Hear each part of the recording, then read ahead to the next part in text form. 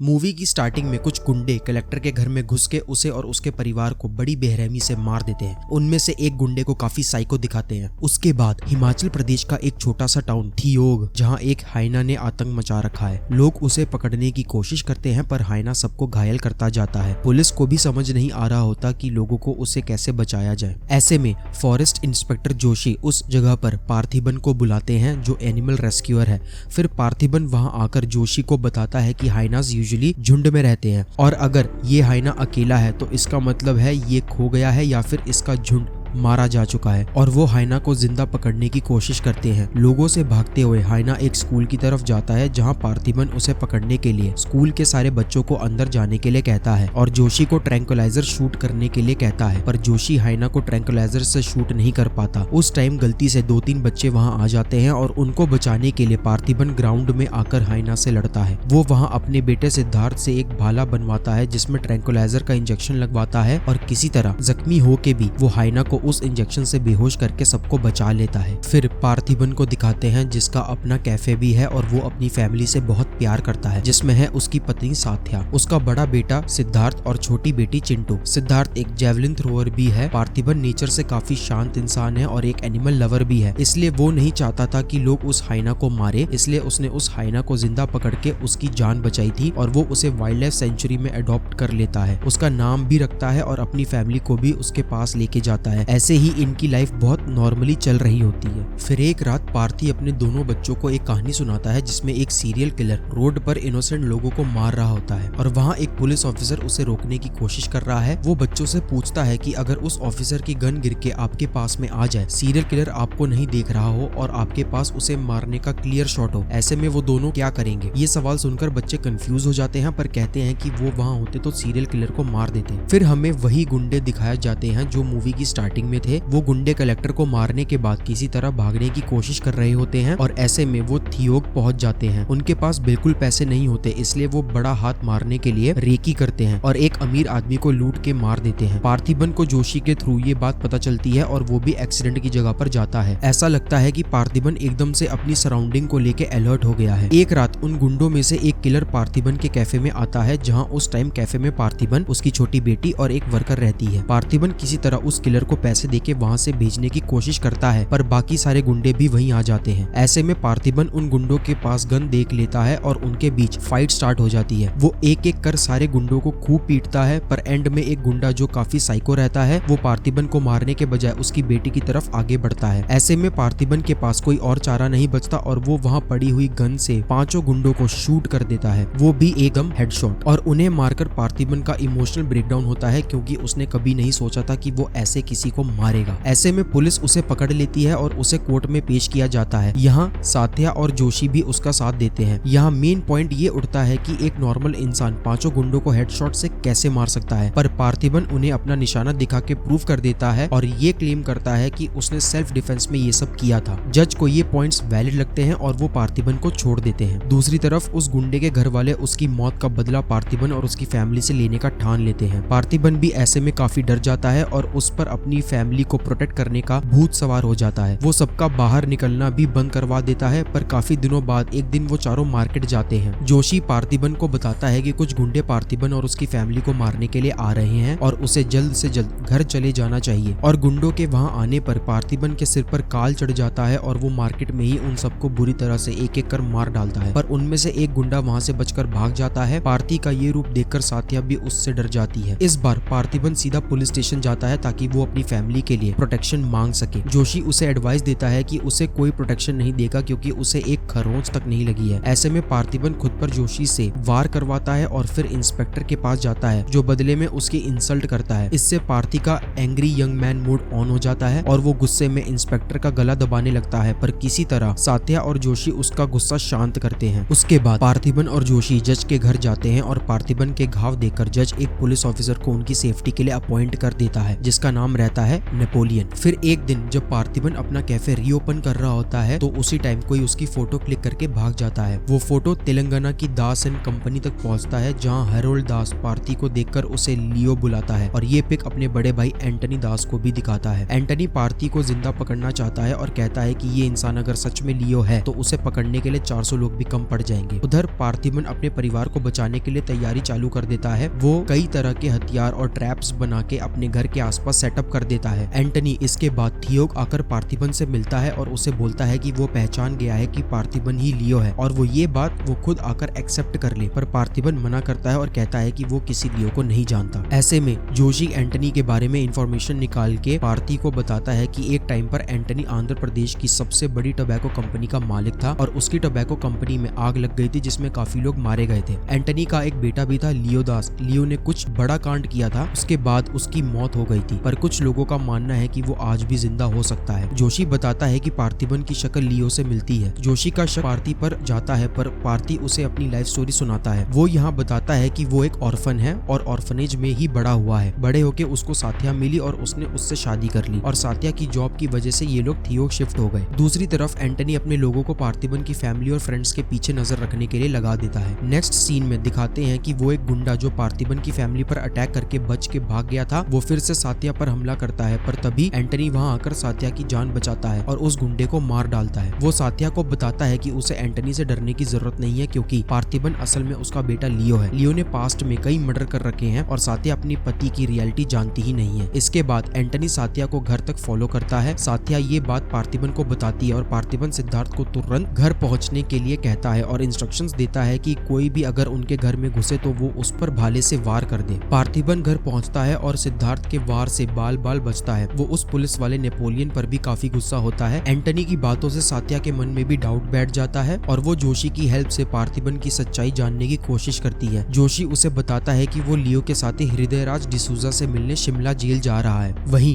दूसरी तरफ पार्थिबन उस हाइना को ट्रेनिंग दे रहा होता है। साथिया पार्थिबन को झूठ बोलती है कि ऑफिस वर्क की वजह से उसे घर आने में लेट हो जाएगा। साथिया असल में उस ऑर्फनेज जाती है जहां पार्थिबन बड़ा हुआ था और वहां उसे पार्थिबन के सारे डॉक्यूमेंट्स और बचपन के फोटोज मिलते हैं, जिससे उसे यकीन हो जाता है कि पार्थिबन सच बोल रहा है और वो लियो नहीं है। जोशी हृदयराज से मिलता है और हृदयराज उसे लियो की पूरी कहानी सुनाता है। वो बताता है कि ये बात 1999 की है। एंटनी अपनी कंपनी की आड़ में बहुत सारे इलीगल काम किया करता था। एंटनी बहुत ज्यादा अंधविश्वास में विश्वास करता था, इसके लिए वो पहले जानवरों की और बाद में इंसानों की भी बलि देने लग गया था। उसे लगता था ऐसा करने से उसके बिजनेस की बहुत अच्छी ग्रोथ होगी। एंटनी सबसे ज्यादा भरोसा अपने छोटे भाई हैरोल्ड पर करता है। हैरोल्ड एक नए ड्रग धतूरा को उगा के बेचना शुरू करता है जो कि कोकीन से भी ज्यादा खतरनाक है। ये दोनों भाई ड्रग्स के बिजनेस में काफी ग्रो कर लेते हैं और ग्राउंड लेवल पर इनका बिजनेस लियो संभालता है। हमें लियो का भी एक फ्लैशबैक दिखाते हैं जहां वो ड्रग्स से भरे ट्रक को बॉर्डर क्रॉस करवाने के लिए पुलिस वालों तक की धुलाई कर देता है। लियो की एक जुड़वा बहन भी रहती है एलिसा, और वो भी बिजनेस में पूरी इन्वॉल्व रहती है। एक दिन एंटनी को पता चलता है कि एक खास कुंडली वाले इंसान की बलि देने से उसका बिजनेस बहुत ज्यादा तरक्की कर सकता है और ऐसे उसे सिर्फ 2 लोगों की ही कुंडली मिलती है, एलिसा और लियो की। एंटनी अपने बिजनेस के लिए अपने बच्चे को सैक्रिफाइस करने के लिए रेडी हो जाता है, पर एंटनी इससे परेशान होता है कि वो आखिर मारे किसे, एलिसा को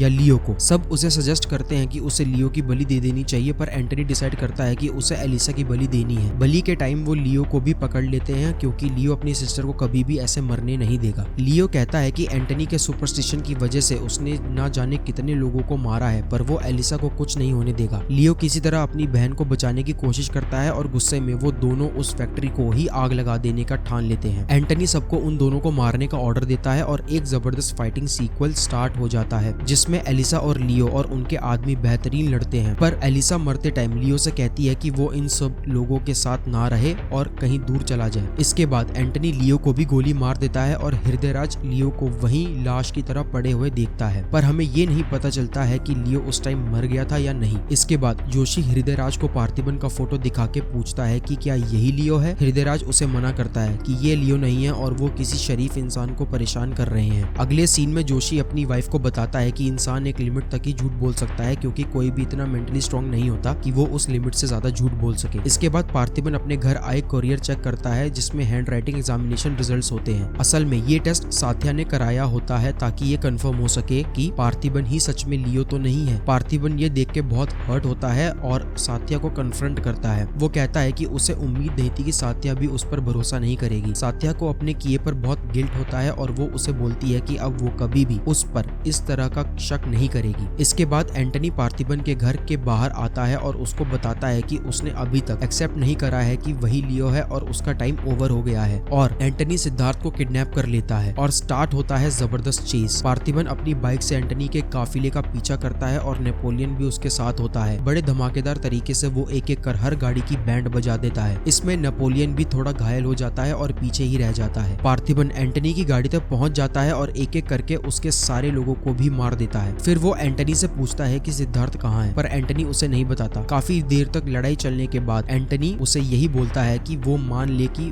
वही लियो है, पर पार्थिबन उसे फिर से मना करता है। एंड में मरने की हालत में एंटनी मान लेता है कि वो लियो नहीं है और उससे पूछता है कि आखिर वो है कौन। इसके बाद एंटनी के लोग हेरल्ड को बताते हैं कि पार्थी ने एंटनी को मार दिया है। हेरल्ड पार्थिबन को कॉल करके कहता है कि वो उसके भाई एंटनी की लाश लेके आए और बदले में अपना बेटा लेके चला जाए। जोशी की मदद से पार्थिबन एंटनी की लाश लेकर हेरल्ड के पास जाता है। वहाँ पार्थिबन उसे काफी सारे डॉक्यूमेंट्स जैसे बर्थ सर्टिफिकेट, बचपन की पिक्स दिखा के बोलता है कि वो लियो नहीं है बल्कि पार्थिबन है, पर हेरोल्ड को उस पर भरोसा नहीं होता। हेरोल्ड उसे यही कहता है कि वो एक्सेप्ट कर ले कि वो लियो है और वो ये सब सिर्फ अपनी फैमिली को बचाने के लिए ही कर रहा है। बातों के बीच में हेरोल्ड अपने गुंडे पार्थिबन के घर पर भेज देता है जहाँ सिर्फ सात्या और उसकी बेटी रहती है, पर पार्थिबन के सेटअप करे हुए ट्रैप्स में वो गुंडे फंसते चले जाते हैं और एक एक कर मरते जाते हैं। और जो गुंडे बच जाते हैं उन्हें जोशी घर की एक साइड से दूर से ही अपनी ट्रैंकुलाइजर मशीन से बेहोश कर देता है। फिर भी कुछ गुंडे फ्रंट डोर तक पहुंच जाते हैं जिन्हें मारता है नेपोलियन, वो भी घायल हालत में ही। पर ऐसे में एक गुंडा फिर भी बच जाता है और वो सात्या के पीछे आ जाता है। हेरल्ड फोन पर उस गुंडे से बात करता है और पार्थिबन को बोलता है कि अब भी टाइम है, वो एक्सेप्ट कर ले कि वही लियो है। पार्थिबन वहीं से कोड में आवाज देता है उस हाइना को जिसे उसने ट्रेन करा था। हाइना सात्या को कुछ नहीं करता पर वो उस गुंडे को मार देता है। ऐसा इसलिए क्योंकि घर में घुसते टाइम पार्थिबन के ट्रैप से उस गुंडे के ऊपर एक तरह का लिक्विड गिर जाता है जिससे हाइना सिर्फ उसी पर अटैक करता है। अपने सारे आदमी के मर जाने पर हेरोल्ड का दिमाग खराब हो जाता है। उसे लगता है कि ऐसा काम सिर्फ लियो ही कर सकता है, इसलिए वो पार्थिबन को और मारने लगता है। वो अपने सारे आदमियों को पार्थिबन को मारने के लिए कहता है और एक और जबरदस्त फाइटिंग सीन स्टार्ट हो जाता है, पर फिर भी पार्थिबन सारे गुंडों को बहुत बेदर्दी से मारता चला जाता है। हालांकि ऐसा करने में वो भी काफी घायल हो जाता है। सबको मारने के बाद उसका फेस ऑफ हेरोल्ड से होता है। बहुत देर तक इनकी भी एक्शन पैक्ड लड़ाई चलती है। हेरोल्ड उसे फिर भी बोलता है कि वो एक्सेप्ट कर ले कि वही लियो है, पर पार्थिबन एक बार फिर मना करता है। इन दोनों की लड़ाई के दौरान हेरोल्ड गन निकाल लेता है। पार्थिबन उससे वो गन छीन लेता है। ये सब देख के हेरोल्ड उसे बोलता है कि उसे यकीन हो गया है कि वो लियो नहीं है। और अब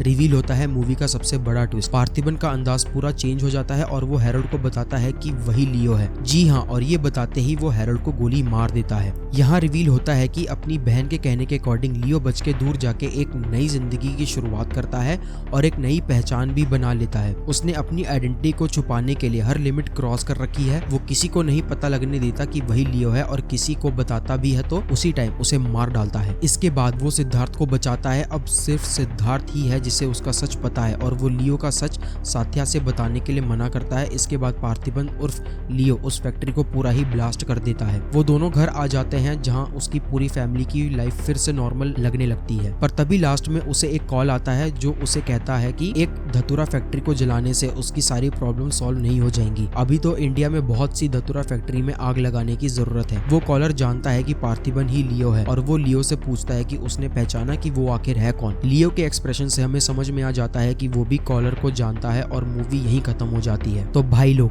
लियो एक फुल ऑन मसाला एंटरटेनर है जिसमें एक्शन, इमोशंस और एक सॉलिड कैरेक्टर आर्क सब कुछ है। विजय ने अपना कैरियर बेस्ट परफॉर्मेंस दिया है और लोकेश कनगराज का डायरेक्शन एकदम टॉप नॉच है। अगर तुम्हें एक्शन और थ्रिलर पसंद है तो ये मूवी बिल्कुल मिस मत करना। वीडियो अच्छी लगी हो तो वीडियो को लाइक करना और कमेंट में बताओ कि एक्सप्लेनेशन कैसा लगा। और ऐसी ही मूवीज की न्यू अपडेट्स, रिव्यूज और रिकमेंडेशंस के लिए सब्सक्राइब करें ड्यूब स्टोरी को।